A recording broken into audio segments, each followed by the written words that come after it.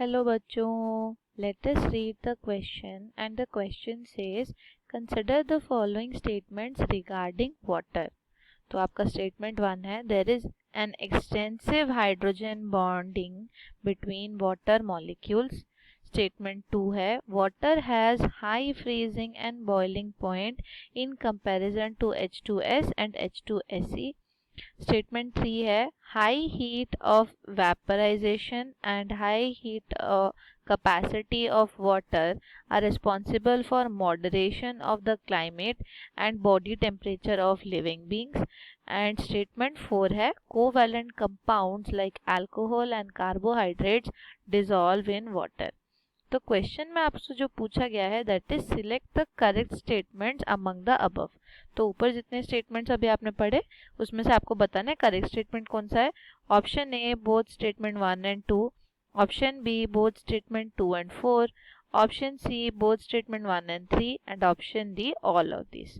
तो इस क्वेश्चन को करने से पहले हम समझ लेते हैं इसके की कंसेप्ट को. और की कंसेप्ट में आपको जानना ज़रूरी है कि वाटर मॉलिक्यूल यानी H2O जो है ये इतना स्पेशल क्यों है. तो सबसे पहले ये एक मॉलिक्यूल है जहाँ पे आपके पास हाइड्रोजन और ऑक्सीजन इन दोनों से मिलके बना हुआ है ये वाटर मॉलिक्यूल.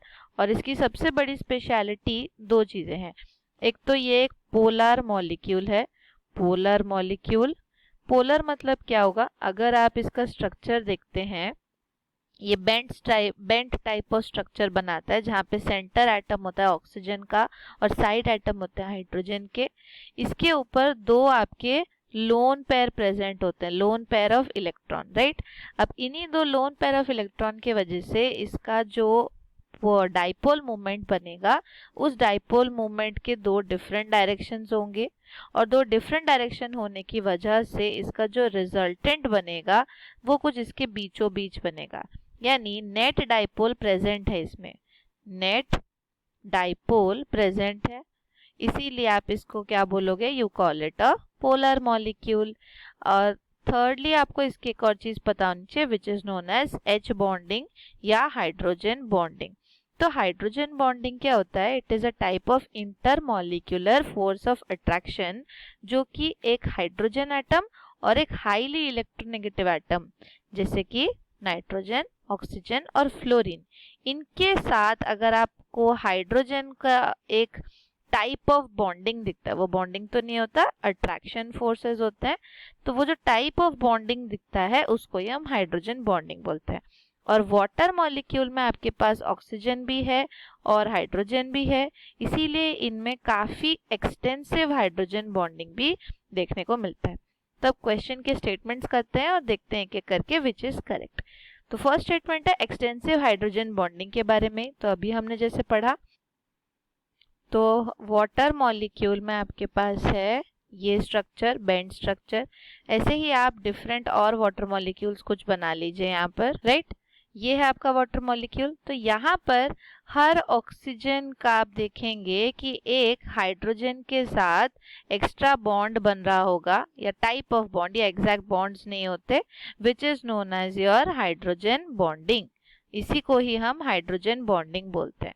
तो क्या होता है, ये जो एक्सटेंसिव नेटवर्क लाइक स्ट्रक्चर होता है, अगर आप इसको फिर फर्दर कंटिन्यू करते जाएं तो यहाँ पर आप और मॉलिक्यूल्स ले सकते हैं, वैसे ही यहाँ पर और मॉलिक्यूल ले सकते हैं, और इन सभी के बीच में आप देखेंगे एक नेटवर्क जैसा स्ट्रक्चर बनता है, एक नेट जैसा स्ट्रक्चर बन रहा है, राइट.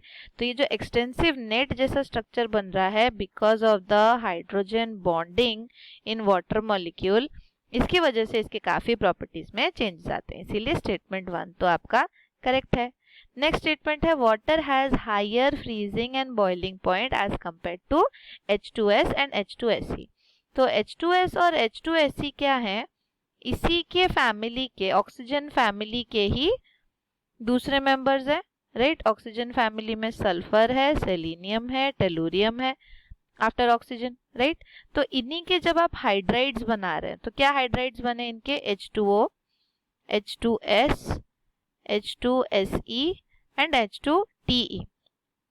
अगर आप इन सभी के हाइड्राइड्स देखेंगे तो इन सभी में हाइड्रोजन बॉन्डिंग नहीं होगा, इन सभी में हाइड्रोजन बॉन्डिंग नहीं होगा। क्यों? क्योंकि इनके पास वो इलेक्ट्रोनेगेटिव एटम्स यानी नाइट्रोजन, ऑक्सीजन और फ्लोरीन, इन तीनों में से कुछ भी नहीं है, तो इनमें तो नो हाइड्रोजन बॉन्डिंग दिखेगा आपको। लेकिन आपका जो वाटर मॉलिक्यूल है इसमें हाइड्रोजन बॉन्डिंग प्रेजेंट है। अब जहाँ पे जैसे हमने देखा, और हाइड्रोजन बॉन्डिंग प्रेजेंट होने के कारण जब आप इसको कुछ टेम्परेचर देंगे ताकि ये बॉयल हो, यानी इसका जो नेटवर्क लाइक स्ट्रक्चर हो, इसको ब्रेक करने के लिए आपका जो अमाउंट ऑफ हीट देना पड़ेगा वो बहुत ही हाई होगा।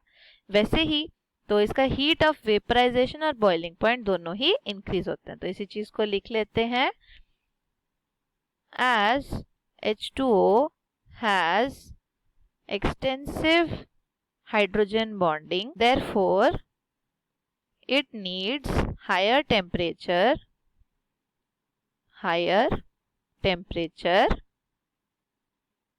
to boil। तो इसीलिए आपको इसको H2S, H2SE इसके कंपैरिजन में ज्यादा टेम्परेचर देना पड़ेगा। इसीलिए स्टेटमेंट 2 भी आपका क्या हो जाता है, this is also a correct statement. Third statement में आपको पूछा है high heat of vaporization and heat capacity are responsible for the moderation of climate. तो अगर आपने यहाँ पर देखा कि हमारे पास ये आपका स्टेटमेंट नंबर 3 है, तो अभी आपने देखा कि हाई हीट ऑफ वेपराइजेशन, तो हाई वेपराइजेशन एंथैल्पी लिख सकते हैं डायरेक्टली हम, हाई वेपराइजेशन एंथैल्पी, और उसके बाद high heat capacity, high heat capacity, ये दोनों ही वाटर के लिए बहुत ज्यादा है। उसका रीजन भी क्या है, आपका हाइड्रोजन बॉन्डिंग ही। तो इन दोनों के वजह से आपका क्या होता है, जो वाटर है उसका हीट टॉलरेंस बहुत ज्यादा होता है। यानी अगर आपको वाटर को बॉईल करना है तब भी आपको ज्यादा टेम्परेचर देना है, अगर उसको कूल करना है तब भी उसको काफी देर तक उसको कूल होने में टाइम लगेगा, राइट, क्योंकि उसका वाटर मॉलिक्यूल काफी हीट एब्जॉर्ब कर चुका होता है, जिसकी वजह से आपके जो लिविंग ऑर्गेनिजम्स होते हैं, ठीक है, लिविंग ऑर्गेनिजम्स, उनमें क्या होता है, ऑलमोस्ट 70% वाटर होता है, हमारे बॉडी में भी हमको पता है। तो ये जो 70% वाटर है, सपोज ये हम सिर्फ ह्यूमन की बात करें या कोई भी और वार्म ब्लडेड एनिमल्स की बात करें, तो लिविंग ऑर्गेनिजम्स में जो 70% वाटर है, इन सभी वाटर में यही प्रॉपर्टी है, हाई वेपराइजेशन और हाई हीट कैपेसिटी, जिसके वजह से इनका क्या होता है, होमियोस्टैसिस, एक वर्ड होता है होमियोस्टैसिस, यानी इनका जो हीट टॉलरेंस है, हीट टॉलरेंस ये काफी ज्यादा होता है। तो ये हीट को टॉलरेट कर सकते हैं, और अगर बहुत कोल्ड टेम्परेचर में आप एकदम से चले जाएं तो वहां पर भी आपका बॉडी का जो हीट है वो धीरे धीरे कूल होने की कोशिश करता है, एकदम से कूल नहीं हो जाता। तो इसके वजह से ही हम कह सकते हैं कि ये जो दो प्रॉपर्टीज है, इन्हीं के वजह से हमारे बॉडी में होमियोस्टैसिस या हीट टॉलरेंस देखने की एबिलिटी आती है। तो this statement is also true.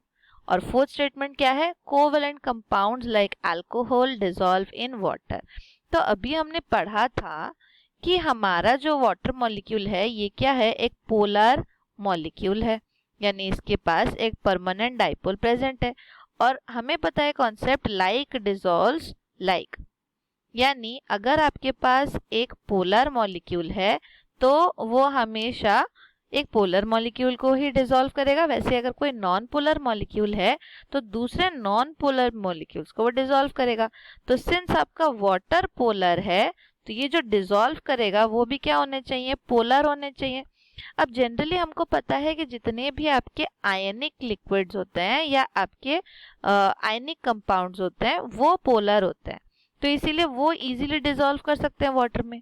लेकिन अगर आप कोवैलेंट की बात करें, कोवैलेंट में ज्यादा पोलर नेचर नहीं देखने मिलता, लेकिन जो आपके अल्कोहल है और जो आपके कार्बोहाइड्रेट्स हैं, इन दोनों में आपके पास एक पोलर नेचर आता है। क्यों? Because of the presence of hydroxyl group. तो हाइड्रोक्सिल ग्रुप कौन सा होता है, OH। कार्बोहाइड्रेट में भी OH होता है और अल्कोहल्स में भी OH होता है। अब इसी पोलर मॉलिक्यूल के वजह से आपका जो कोवेलेंट मॉलिक्यूल है अल्कोहल एंड कार्बोहाइड्रेट, ये क्या बन जाते हैं, ये भी पोलर बन जाते हैं और ये इजीली वाटर में डिसॉल्व कर सकते हैं। तो इसको लिख लेते हैं, covalent molecules like alcohol and carbohydrates are polar due to OH. Therefore, easily dissolve in polar liquids like water. और वहां पर भी जाके ये एक्सटेंसिव हाइड्रोजन बॉन्डिंग करता है जिसके वजह से इसकी सॉल्युबिलिटी बढ़ जाती है। तो इससे हमें पता चला कि जो हमारा फोर्थ स्टेटमेंट है वो भी ट्रू है। तो इसीलिए फाइनल आंसर क्या बनता है, option D, all of these statements are correct. So hope you understood it well. Best of luck.